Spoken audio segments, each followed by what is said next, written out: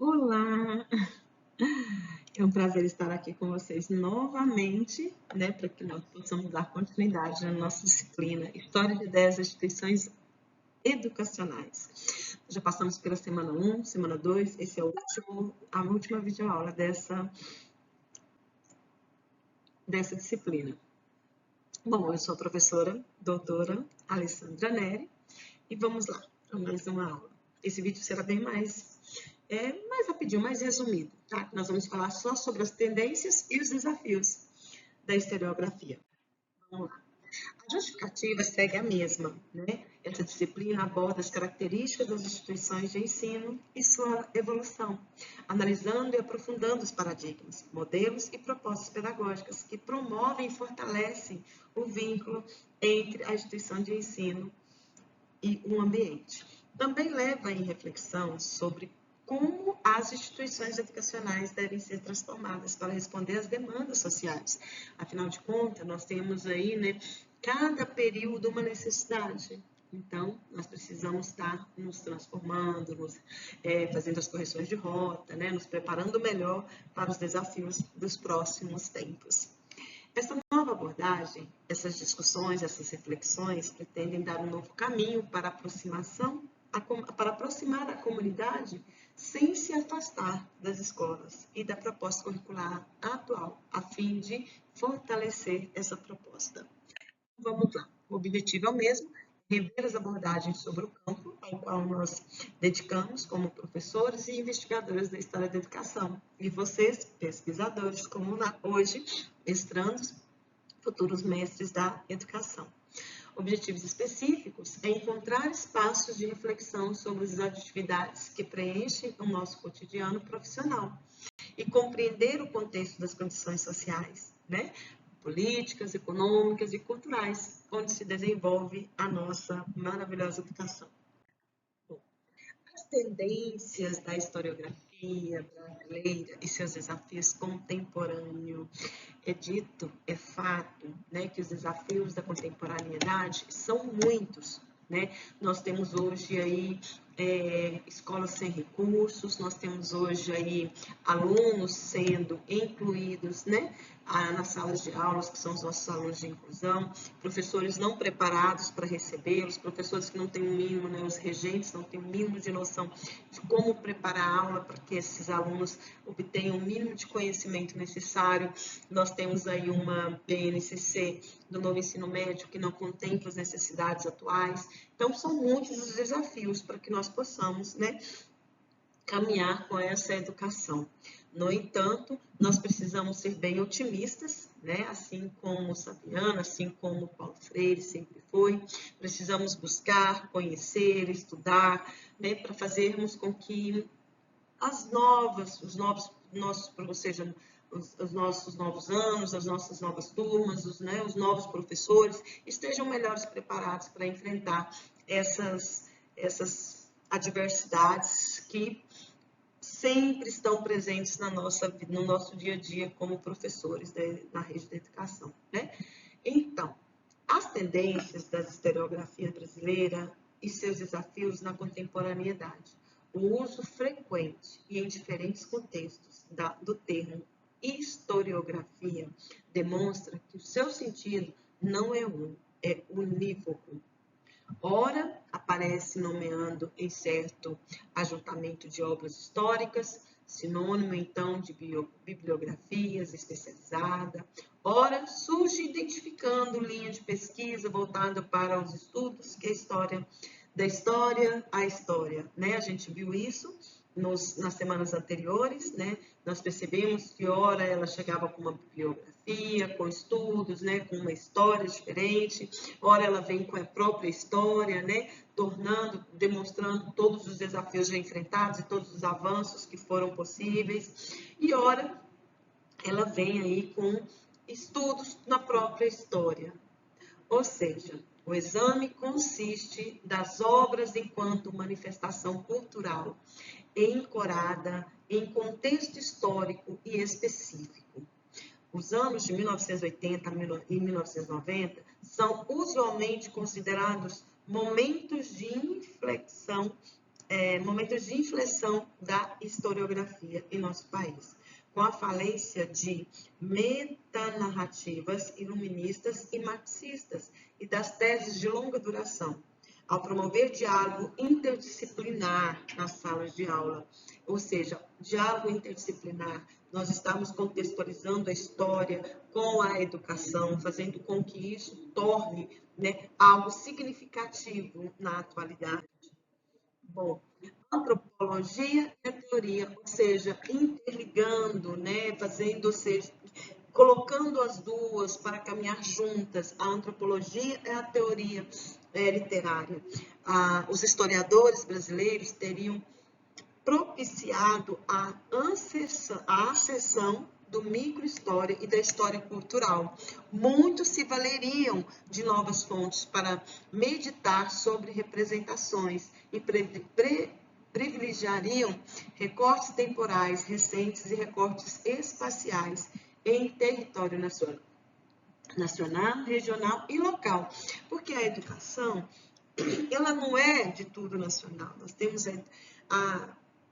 temos que respeitar a regionalidade, nós temos que respeitar o estado, o país, a cultura de cada espaço. Nosso Brasil é extenso, é lindo, é maravilhoso, então nós precisamos respeitar tudo isso, né? Mas sem deixar, né, como a BNCC trouxe, nós precisamos de ter um mínimo para que todo o país conheça, né, estabeleça como o currículo mínimo. Então, nós precisamos de usar essa história para que nós possamos caminhar e fazer com que algo novo dê certo.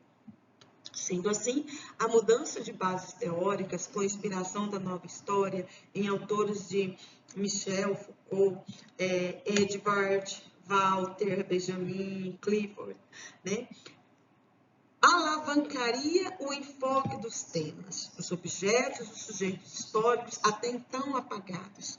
Todavia, a apropriação superficial desses pensamentos, somada à presença tímida aqui no nosso Brasil, na produção de conhecimentos e obras de teoria, teria favorecido a prática empirista da escrita da história. Porque a nossa história ela foi escrita, ela foi validada, agora ela precisa ser estudada, e a historiografia, ela nos fortalece para que nós possamos fazer isso. Segundo Mello, as tendências historiográficas devem ser entendidas como conjunto resultante de propensão ao emprego gradual e frequente de certas opções historiográficas. Estas, por sua vez, estão pautadas em elementos comuns em todos os artigos, de forma a viabilizar a interpretação das fontes mesmas em sua heterogeneidade. São elas áreas historiográficas, recorte temporal, delimitação espacial, orientação teórica, perspectiva predominante na interpretação de tipos de fontes. Deste modo, Mello pratica um estudo interno da revista, valendo-se como instrumentos metodológicos de identificação e investigação das opções historiográficas, de uma ficha de análise por ela mesma elaborada a partir das características dos artigos. Nessa primeira etapa, o emprego da ficha é predominante, segundo Mello, para garantir que sejam aplicadas os mesmos critérios nos exames, né, para que todos os historiadores, né, fazerem com que se estude de maneira mais prática e favorável à nossa educação no nosso país. Todos os textos devem ser respeitados, analisados. Ela tem como categoria a RBH, o autor, o âmbito de interesse, as orientações teóricas, as perspectivas predominantes da interpretação, as fontes e as observações. Já em orientações teóricas, Mello não se ateve apenas em menções diretas para distinguir. Ele diz que há dispositivos analíticos, demonstrativos e explicativos que orientam de um modo especial a compreensão, a construção, a caracterização e a explicação do objeto em análise na pesquisa. Elas podem ser em duas naturezas: abrangentes, que é generalizantes, como as filosóficas e as histórias de pontuais, pertencente a pesquisas específicas. Então, essa é a ideia de Mello. Então, nessa perspectiva predominante, a interpretação divide-se entre o factual e o representacional e trata a concepção e a compreensão dos objetos que diz respeito aos modos de conhecer a realidade de cada trabalho, em cada instituição educacional, de cada maneira de se trabalhar essa educação, seja ela no ensino, onde o aluno tem necessidades, ou seja ela no ensino especial, ou seja ela, para qualquer um que tenha o seu tempo de aprendizado. Então, precisamos respeitar, precisamos analisar, precisamos fazer essa busca constante, para que nós possamos ter realmente essa historicidade, essa história validada da nossa educação brasileira. O historiador, no caso, esta semelhança com os que ocorre com as áreas historiográficas. Um artigo é rotulado como portador de um ou de outra perspectiva por critério de preeminência, já que o factual e o representacional estão vinculados ou se mesclam nos textos. Nesse tópico, as especialidades de cunho metateórico representam uma categoria à parte, denominadas discussão bibliográfica. Então, eu vou dar um exemplo da minha tese de doutorado. A minha tese de doutorado, ela foi uma análise de discussão bibliográfica, Então, eu busquei várias bibliografias, vários pensamentos, vários autores e discuti com eles a respeito ou seja, do meu tema, daquilo que era do meu interesse naquele momento. No caso de vocês vão fazer agora uma dissertação de mestrado, Então, vocês precisam podem até fazer uma discussão bibliográfica ou pode fazer um estudo de caso, depende do que vocês estão pensando para este momento, Então, mas é muito importante trazer os discursos, essa discussão bibliográfica na dissertação de mestrado de vocês. É muito importante vocês trazerem esses pensadores, trazer essa história, para que vocês possam fazer um estudo mais rico. Na atualidade, além de uma ampla discussão acerca da produção historiográfica e do papel do historiador como produtor e interlocutor desse conhecimento, uma nova discussão entre a cena, já que, com a aplicação do conhecimento histórico, de novas abordagens e de novos temas, é necessário também que o historiador e o professor de história estejam sempre atualizando, visto que o seu trabalho não é apenas tratar o passado em si, mas é também tratar os temas do tempo presente, além de transmitir conhecimentos. Está em constante movimento e mudança. A nossa sociedade está nessa constante mudança. Então, nós precisamos também nos apossar dessa história, Nós precisamos ir atrás desses estudos, buscar esses estudos, Buscar trazer para o nosso dia a dia, Tudo o que já foi pensado, já foi estudado, para que nós possamos conhecer um pouco melhor da nossa educação. As principais correntes historiográficas, elas são referências às abordagens historiográficas, apontam imediatamente para três correntes: a corrente positivismo, a corrente marxismo e a escola de análise.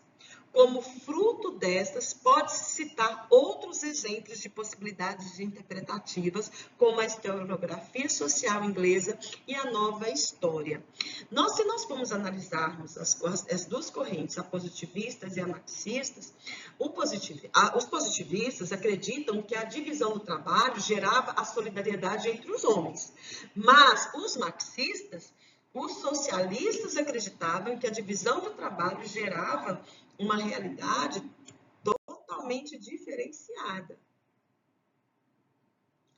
Esses desafios da historiografia, este breve balanço de alguns estudos sobre a historiografia. Então, esse desafio, avançar, buscar novos caminhos, né? Este breve balanço de alguns estudos sobre a historiografia e algumas de suas possibilidades de desafios não pressupõe a existência de regras, procedimentos, de critérios, de exigências rígidas nos vários enfoques relevantes. Não se trata disso. O fato é que existe uma dimensão metodológica dos estudos sobre a historiografia que tem sido preferida. Trata-se, sobretudo, de uma dimensão que existe explicitação, não com a intenção de se estabelecer fórmulas rígidas, como se disse, mas de ampliar o controle sobre o processo de produção de conhecimento nessa área, bem como diversificar as possibilidades das abordagens e combinações de enfoque. Acredito que seja consensual o valor instrumental dos estudos da historiografia, não como fim em si mesmo, mas como instrumento de aperfeiçoamento e avanço do próprio conhecimento histórico. Apresenta-se como um exame da consciência e da crítica autocorretiva de instrumentos e define o ofício do historiador, no sentido mesmo de verificar as possibilidades e os limites, não para atender às necessidades puramente internas ou identitárias da área da história, mas para que o conhecimento histórico dê conta de maneira mais satisfatória das demandas que a própria sociedade coloca para a ciência na definição de entendimento de seus próprios problemas fundamentais. Então, estes problemas, eles precisam ser aprofundados, estudados, analisados, e é por meio dessa historiografia que nós possamos tornar isso realidade. Sendo assim, os desafios enfrentados pelos historiadores incluem anacronismo, interpretação incorreta de eventos históricos à luz do presente, uso ideológico do passado, manipulação das histórias para fins políticos e culturais, e presentismo, que é julgar os eventos históricos com base em vários valores contemporâneos. Os atuais problemas ambientais envolvendo a elevação das temperaturas e do planeta é o dilema sobre a futura escassez de água potável. São alguns pontos em que observamos as falhas de boa parte dos costumes da civilização contemporânea. Hoje, não podemos querer viver de forma pré-histórica ou abolir radicalmente os costumes da nossa sociedade atual. O grande desafio é repensar vindoura relação com o planeta e, assim, talvez, traçarmos outro olhar sobre a tal atraso dos povos pré-históricos. Nós precisamos analisar, nós precisamos fazer com que o nosso ensinamento retome uma sociedade valorativa, uma sociedade que vai respeitar, de fato, não só o homem, como também a natureza. Enfim, o nosso famoso Freire já nos diz, quando o homem compreende a sua realidade, podendo levantar hipóteses sobre os desafios dessa realidade e procurar solucionar, assim, pode transformá-la e o seu trabalho pode criar um mundo próprio, seu eu e as suas circunstâncias. Olha para você ver o quanto essa fala de Freire é importante para a historiografia. Quando o homem compreender a sua realidade, vai compreender a sua realidade por meio do quê? Da sua história, compreender o seu passado, compreender tudo aquilo que foi feito. Ele pode sim levantar suas hipóteses sobre esses desafios, dessa nova realidade, né? Dessa situação contemporânea. E assim ele provocará as soluções. Assim ele irá transformá-la e o seu trabalho pode criar um mundo melhor. Né? E aqui eu deixo para vocês, né? Vocês estão eu estou à disposição de vocês, vocês podem me procurar, né? Eu tentei colocar tudo que era necessário nessas três videoaulas para que vocês pudessem estar se apropriando da historiografia, se apropriando um pouco mais da história da nossa educação brasileira, se apropriando um pouco mais da história desde o seu início lá na Grécia. Então, eu quero agradecê-los por terem tido a paciência de ver todos os vídeos, todas as videoaulas, né? E estou à disposição. Beijos, fiquem com Deus e até o próximo módulo, até a próxima disciplina.